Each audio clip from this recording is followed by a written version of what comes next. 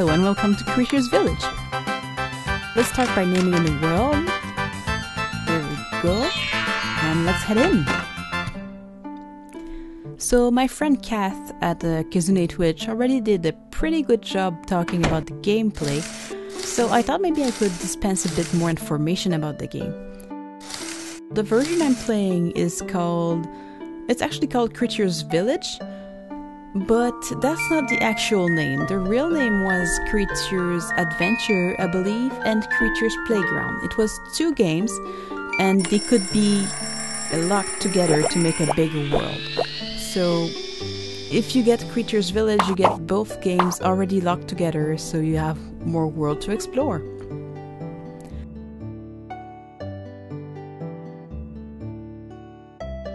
This is a strange game, because it's very different than the rest of the series. In Creatures 1, 2, and 3, you have to protect your Norns from all the things that can kill them, and there are a lot of things that can kill your Norns. So many things. They can eat poisoned plants, they can fall sick, they can be beaten to death by Grendels, they can drown, they can run out of oxygen. There's basically anything that can kill a normal creature that is alive in our world can kill the Norns and the Grendels and the Ettins, because in the actual series you get more than one creature type. And in the first game you only got the Norns, but in the second game you started being able to care for the Grendels and the Ettins, and in the third game you can really care for them a lot. There's also a docking station, which is kind of an add-on you can lock onto a creature's tree.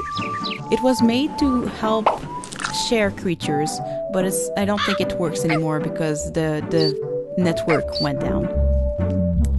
So as you can see on this screen, there's just a clustercluck of stuff going on. It's not like that in the other games. This was obviously meant for children, and they had in mind that you need to keep their attention on the screen by having stuff happening constantly. So there's like bees and animals all over the place.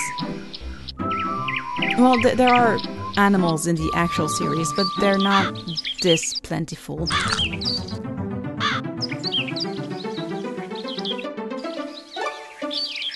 One of the ways that the gameplay was simplified for children is that all the buttons on the mouse do the same thing, which is just activate whatever you're clicking on. So what happens depends on what you're clicking on or what you're pointing at.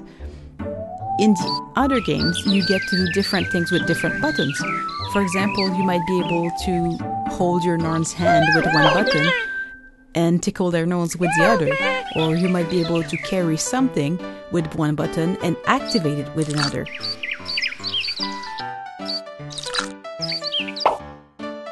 Here we have a little Norn doing their thing.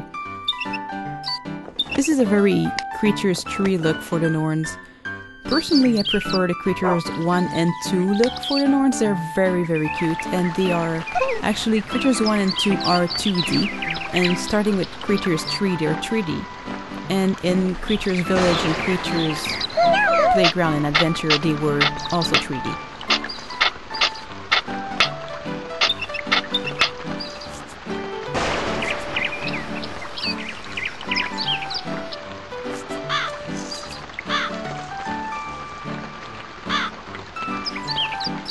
In this game, there's not much that can hurt or kill your Norns. Basically, the worst thing in this game for your Norns is the weather.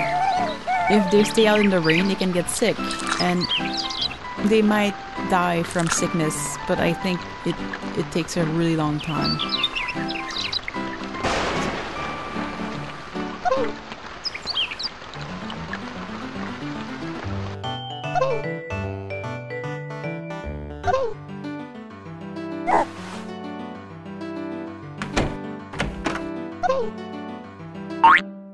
In each game that you start, you will get 2 eggs. You will get a male and a female, and they can have 2 babies. That's why there's 4 circles at the top.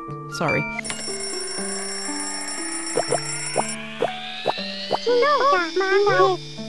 If you hatch one at a time and you let them run their course until the end before you hatch another, then I'm not sure if the game gives you more eggs. But this game is also different in the way that it gives you several worlds to work with. Creatures 3 did that, but Creatures 1 and 2 did not. You only had one world, like our planet, one world, and that was it.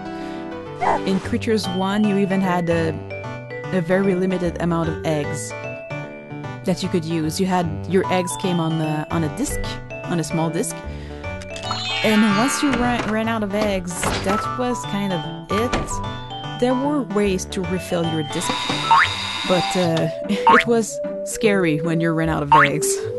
Let's just say that. Subsequent games like Creatures 2 and 3, if I'm not mistaken, they both had more eggs available. In fact, Creatures 3 lets you create your own eggs. You make them from a machine instead of having just a limited amount in a nest. So that's already better than just the diskette approach. It was really scary running out of eggs.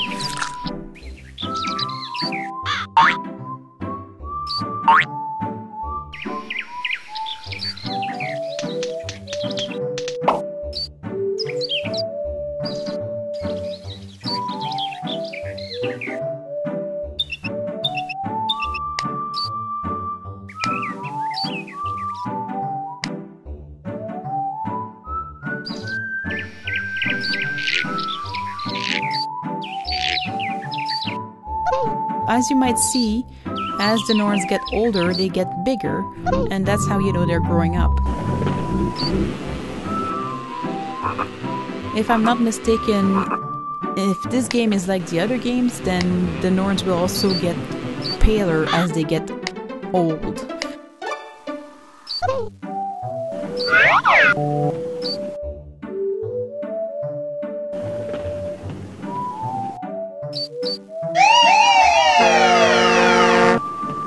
This game's actually really weird because I guess it's meant to appeal to young kids, but this game is kind of based entirely around minigames. So the player goes around playing minigames, but what's weird is that they remove the power to move around on your own, kind of to force you to have a creature.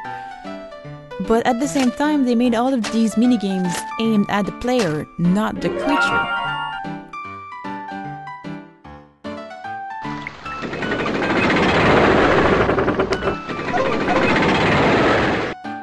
So you have to drag your Norn around to where you want to go, and then you have to keep dragging them back so they stay there because they kind of have a short attention span and you're not stimulating them by playing the game.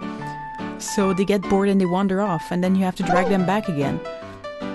It's kind of a weird dynamic for a pet game. A lot of the games, mini-games I guess, are kind of luck-based and randomized, so yeah, not my favorite kind of minigame.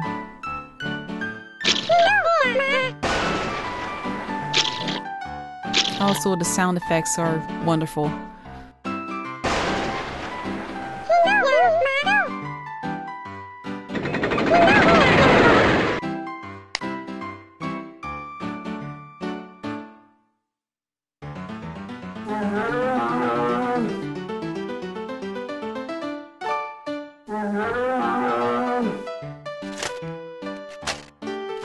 So yeah, that's pretty much what I had to say about the game for now. I might make another video about this game if I find more to say, I guess. So thank you for watching. Bye!